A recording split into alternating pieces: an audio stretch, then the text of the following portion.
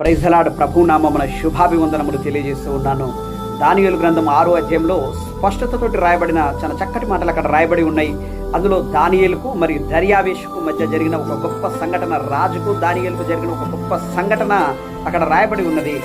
అక్కడ దర్యావేషు రాజు, అతని కింద ఉన్న సైన్యం ఏదైతే ఉన్నదో, అతని యొక్క వర్గం ఏదైతే ఉన్నదో, వారందరూ కూడా ఒక శాసనాన్ని తీసుకొచ్చి అది రాజు వద్ద పెట్టినారు. ఏం శాసనము అది అంటే 30 దినముల వరకు, అంటే 1 మంత్, ఒక నెల వరకు ఎవ్వరు కూడా ఏ మనిషి వద్ద కూడా లేదు అనంటే ఏ దేవుని వద్ద కూడా మనవి చేయకూడదు.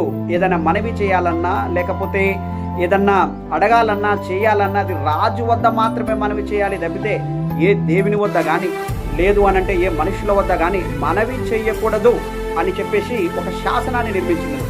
ఆ రాజు దగ్గరికి వచ్చి ఆ శాసనం గురించి వారు చెప్పినప్పుడు ఆ రాజు ఆ శాసనం అంతా రాపించి దాని మీద రాజముద్ర గుద్ది దాని మీద ఒక సంతకం చేయడం జరిగినది. అప్పుడు ఆ తదుపరిగా దానియేలుకి విషయం తెలిసినది. దానియేలుకు తెలిసిన విషయము, నెల రోజుల వరకు, ఒక నెల వరకు ఏ దేవునికి మొరపెట్టకూడదట. ఒక నెల వరకు ఏ మనిషి వద్ద కూడా తన మనవి చెప్పకూడదట. కేవలం రాజు వద్ద మాత్రమే మనవి చేయాలట అనే విషయం తెలిసినప్పుడు దానియేలు చక్కగా తన రూమ్లోకి వెళ్ళి మెడగది మీదకి వెళ్ళి హ్యాపీగా సంతోషంగా దేవుని స్తుతిస్తూ ప్రార్థిస్తూ దేవునికి మనవి చేస్తూ ఉన్నాడు. అది చూసిన కొంతమంది రాజు యొద్దకు వెళ్ళి, అయ్యా నువ్వు ఇచ్చిన శాసనం ఏంటి, దానియేలు చేస్తున్నది ఏంటి, నీ శాసనాన్ని అతను అతిక్రమిస్తూ ఉన్నాడు, నీ శాసనాన్ని అతను లెక్క పెట్టలేడు కనుక దానియేలుకు తగిన శిక్ష విధించాల్సిందే అని చెప్పేసి దర్యావేషు దగ్గరికి వెళ్ళిన దర్యావేషు దానియేలుకు అతి ప్రియుడు, దానియేలును బాగా ఇష్టపడే రాజు అతను. కానీ జరిగిన సంఘటన, ఎవరైతే ఆ శాసనాన్ని అతిక్రమిస్తారో, ఎవరైతే ఈ రాజు రాసిన ఈ శాసనాన్ని అతిక్రమిస్తే వారికి ఒక శిక్ష అనేది నిర్మాణం చేయబడి ఉన్నది. అది ఏం శిక్ష అనంటే, ఒక సింహాల గుహ ఉండి ఆ గుహలోకి ఆ వ్యక్తిని పడేసి తర్వాత దానికి ఒక రాతిని దొర్లించి దాన్ని సీల్ చేయాలనేది ఒక నిర్ణయం తీసుకొని ఉన్నారు. అయితే దీన్ని అతిక్రమించిన వారు, రాజు యొక్క శాసనాన్ని అతిక్రమించిన వారికి ఆ శిక్ష విధించబడను అని రాయబడి ఉన్నది. కానీ ఆ క్షణంలో వీళ్ళ దగ్గరికి, అతని దగ్గరికి వెళ్ళి, రాజు దగ్గరికి వెళ్ళి చెప్పినప్పుడు ఆ రాజుకు ఏమి చేయాలనో లేక ఎట్లా దీన్ని తప్పించాలనో తనకు తెలియలేదు. ఎందుకు అనంటే దానియేలు పైన ప్రేమ కలిగిన ఉన్నాడు దర్యావేషు అనే రాజు.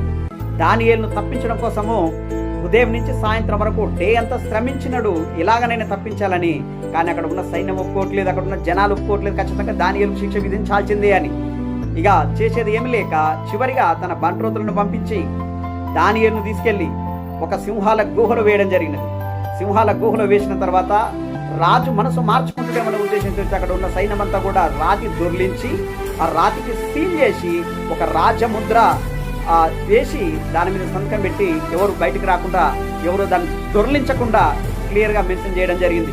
తదుపరిగా రాజు ఇంటికి వెళ్ళి ఉపవాసం ఉండి రాత్రి ఏం భోజనం చేయక రాత్రంతా వేకోజాం వరకు మెలుకతో ఉండి, వేకోజాం వరకు దుఃఖంతో ఉండి, అయ్యో ఇంత పని చేసిన కదా అని చెప్పేసి ఎంతో వేదనతో కూడుకొని వేకోజామున లేవగానే అతను ఆ గుహ దగ్గరికి వచ్చినాడు. ఆ రాజుని, ఆ దానియేలుని ఆ గుహలో వేసేటప్పుడే అతను అన్నాడు, ఇక నిన్ను రక్షించాలి అనంటే ఇక్కడ ఎవరి తరం కాదు, ఇక నీవు సేవించుకున్న దేవుడే నిన్ను రక్షించగలడు, అంతకు మించిగా మరేం లేదనే మాట చెప్పి వెళ్ళిపోయినాడు కదా. ఉదయం లేవగానే ఆ గుహ దగ్గరికి వచ్చి ఒక మాట అడిగాడు, దానియేలు అని పిలిచినాడు. దానియేలు, నువ్వు సేవించుచున్న దేవుడు నిన్ను రక్షించనా అని అడిగినాడు. కానీ దానియేలు యొక్క స్వరం అందులో నుంచి, ఆ గుహలో, సింహాల గుహలో నుంచి వినపడుతుంది. ఏమనో తెలుసా? అవును, దేవుని యొక్క దూత నన్ను రక్షించడం కోసము దేవుని యొక్క దూతను పంపించిండు. దేవుని యొక్క దూత సింహాల యొక్క నోర్లను మూసేపించింది అంట. ప్రైజ్ ది లార్డ్, హల్లెలూయా. ఎంత గొప్ప కార్యం చూడండి. దేవుని యొక్క దూత ఆ గుహలో నిలిచి ఉన్నది, సింహాల యొక్క నోర్లను మూసివేసి ఉన్నది, సింహాల యొక్క నోర్ల యొక్క మూయబడి ఉన్నది. అప్పుడు దానియేలు సంతోషభరితుడై సంతోషంతో తన బంట్రోతులను పిలిపించి ఆ దానియేలును బయటికి తీసుకొని వచ్చినట్ట. ప్రైజ్ ది లార్డ్, హల్లెలూయా. దానియేలు పైన దర్యావేషు ఎంత ప్రేమ కలిగి ఉన్నాడో తెలుసా?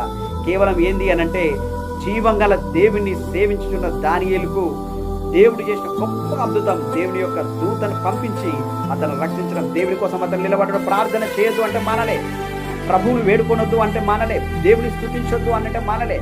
దేవుని కోసం నిలబడ్డాడు దానియేలు. దానియేలు కోసం దేవుడు నిలబడ్డాడు. Praise the lord. దేవుని నామానికి మహిమ కలుగును గాక. హల్లెలూయా.